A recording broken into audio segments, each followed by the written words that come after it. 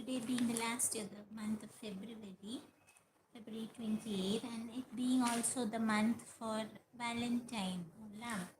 Any kind of love, it can be mother's love, it can be husband's love, it can be brother and sister love, friends love, all of that. So let us take a look at something about this. The many lives. So here it is. The many lives, or the many lives of love, then and now. A flurry of recent studies on romance and dating records Gen Z's fatigue with old mating rituals. Gen Alpha is evolving its own code within the freedom it inherited. This is an article by Tanisha Saxena. February is a month of love.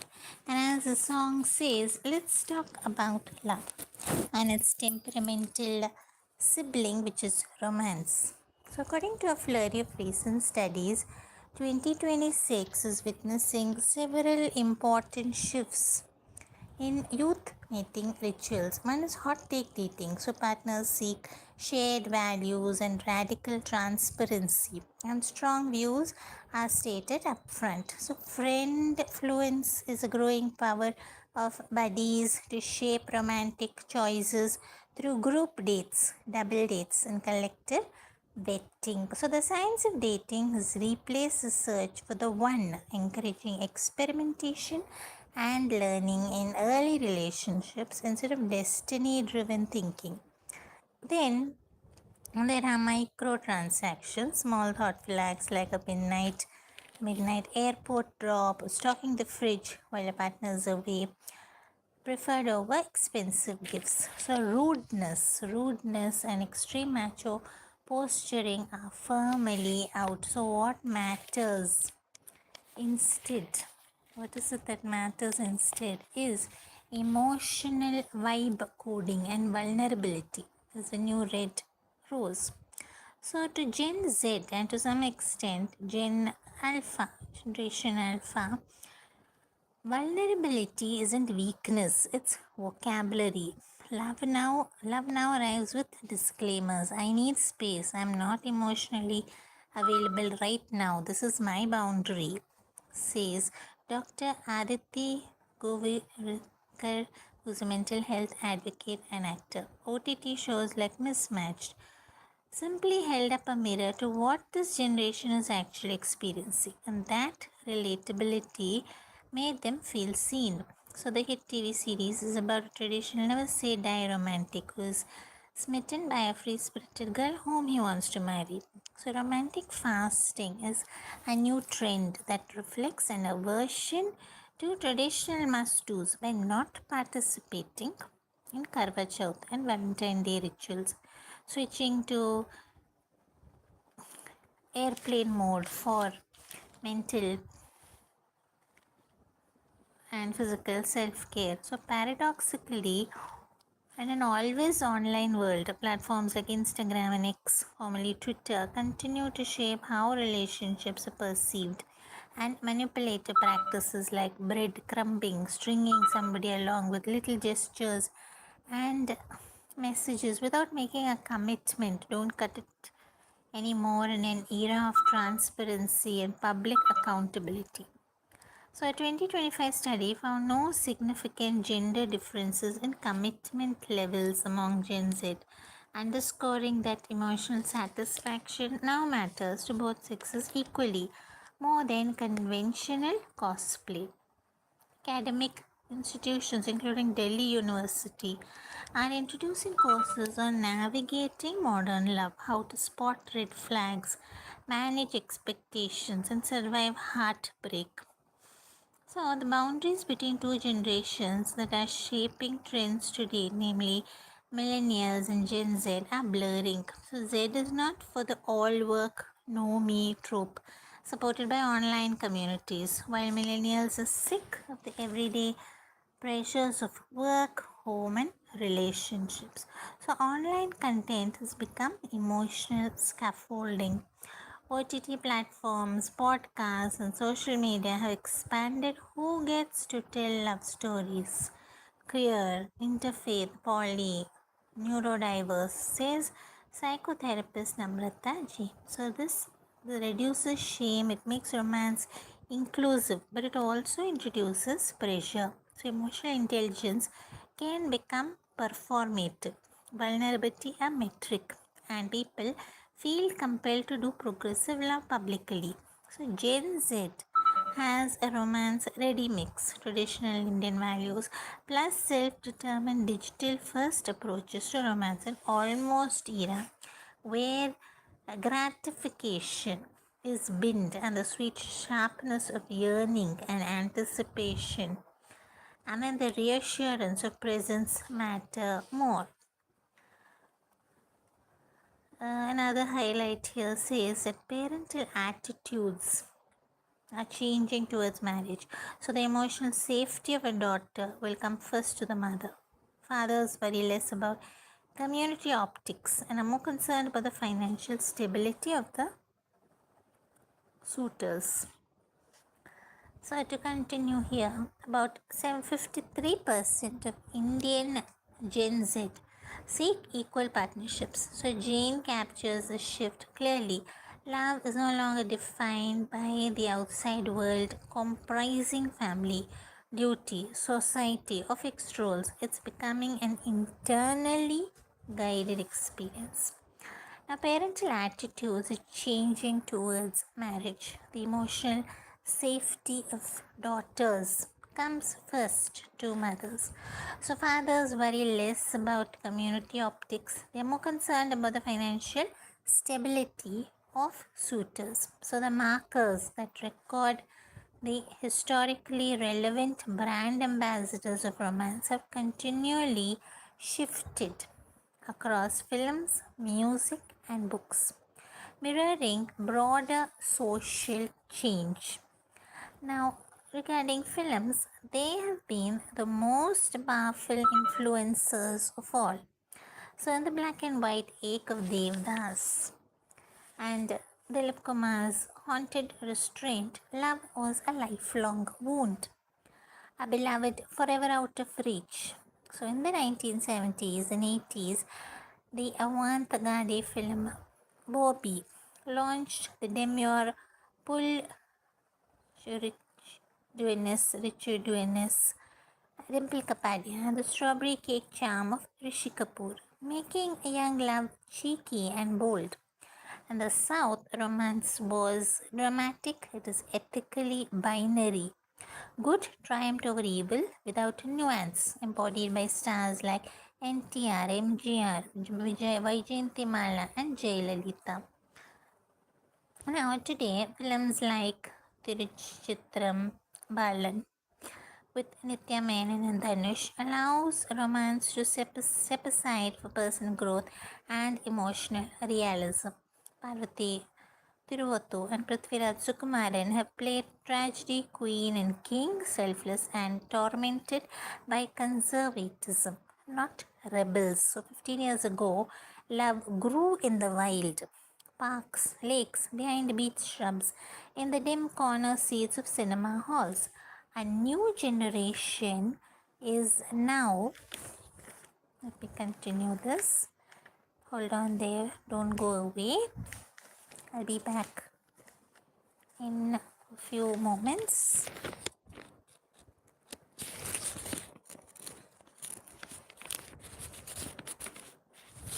Stay with me.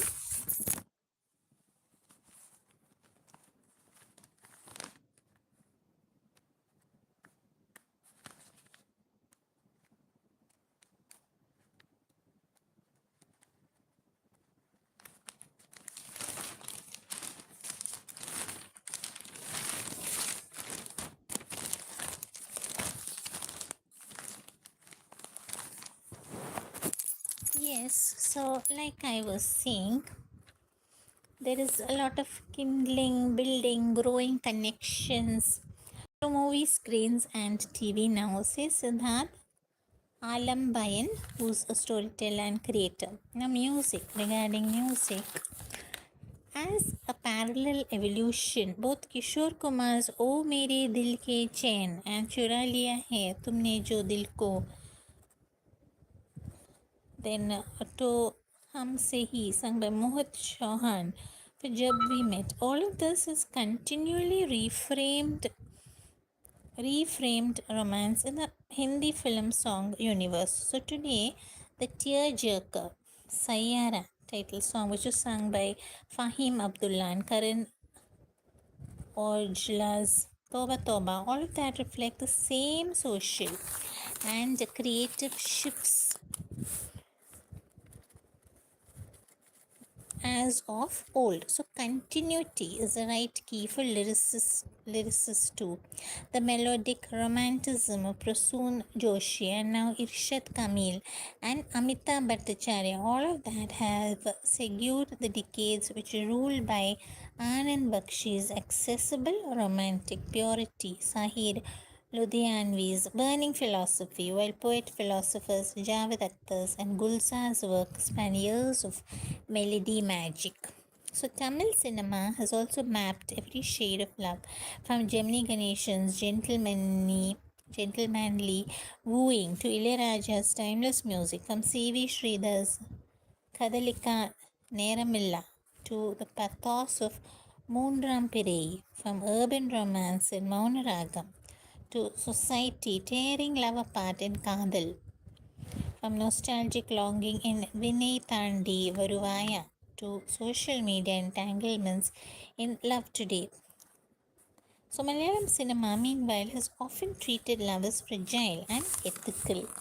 So, Chemmeen, bound desire to community codes. But it was about the fisher folk, as I wanted to add in over here, and their simple yet closely bonded lives. Also, Tuvana Tumbigal.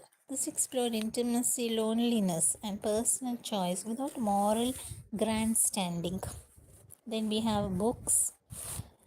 We move on to books. Here we see that Indian English romantic fiction came of age with Chetan Bhagat. And then you have Ravinder Singh, Preeti Shenoy, and Durjoy Datta. All of them chronicled this generational clash between arranged and love marriage and the revolution of intimacy of the 2000s. So these narratives later absorbed WhatsApp breakups, Instagram revelations, cross-cultural romances, teddy bears, tears, and long-distance longing. So once dominated by campus crushes, male-authored fantasies, romance now leans towards inferiority. So the trope matters less than the interiority, says Chaitanya Srivastava, senior publicist at Penguin Random House, India and Southeast Asia. So whether it's enemies, two lovers, or an arranged marriage arc, today's reader wants characters who breathe, stories that are aspirational yet real, with space for vulnerability, self doubt, and emotional complexity. Now, recent Indian and global studies suggest that vulnerability is attractive. The book boyfriend phenomenon has female readers who are yearning for partners whose amorous character shopping list includes fictional icons like Darcy, Heathcliff, Gabriel Oak, or even Peter Kavinsky.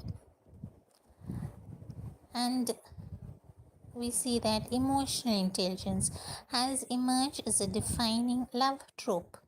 So, a 2025 study in Psychology Today found that digital intimacy does not necessarily imply commitment, while commitment correlates strongly with relationship satisfaction. Now, Gen Z's amatory articulation is totally espresso. So, we are a generation that expresses love through emojis, memes, and 10-second videos, says 20-year-old Shrishti Sharma. From coffees to late night conversations, so every generation finds its own language of intimacy. So for her, achieving affection isn't frivolous. It's carefully, it's continuity. So it isn't frivolous, it's continuity, achieving affection. So our grandparents arrange photos carefully in albums. We do the same, except our albums are Instagram and Snapchat. Now we see that millennial novels like A Suitable Boy mapped love as a negotiation between heart and duty, desire and selfhood. And that perennial negotiation continues across screens, stories, and definitions of intimacy. So, love has long been shaped and it has been sold through the idioms of its time. Once it traveled through poetry, folklore, and ritual. So later it entered calendars, pulp romances, and greeting cards, becoming portable and purchasable. Pop culture steadily turned love into a consumable experience, marketed through songs, jewelry, Valentine's specials, and emojis, dating apps, and couple retreats. Each era translating intimacy into objects, images, and aspirations. Yet, beneath this whole merchandising, Indian pop culture has consistently mirrored social swing between duty and desire, tradition and choice, and fantasy and feasibility. So, love is still both an emotion, it is also a product shaped by its moment in time. The 21st century opened with a decade of speed. So, SMS altered expression as sentences collapsed into syllables, vowels disappeared, emotion was distilled into you, GR8, and blinking cursors. Communication accompanied these shifts with pleasure. Letters once carried perfume and pauses. Landlines turned romance into ritual waiting. SMSs compressed feelings into edits. Emojis, memes, and voice notes now do what paragraphs one did, sometimes better. Now we see it's sometimes also thinner. So, a heart icon replaces a confession. A disappearing story carries intimacy without permanence. Each tool reshapes expression, not emotion. The syntax changes, metaphors evolve, and delivery accelerates. But the impulse endures to reach across distance, to be chosen, to be understood. Love in India has learned to speak in many accents. Gen Z raised amid therapy talk and honesty, algorithmic honesty approaches relationships differently, with the stress more on what I am, not what's supposed to be. So while Gen Z treats relationships as a space to express values, experiment, explore compatibility like all others, the difference lies in setting clear boundaries. Their emotional literacy is far higher than their folks. So they name feelings, recognize attachment styles, speak about triggers early, and they expect also reciprocity from day one. Now, Jane says all of that, and Jane said also loves through micro gestures like texts, memes, reels, playlists, and voice notes, constant flickers replacing grand theatre.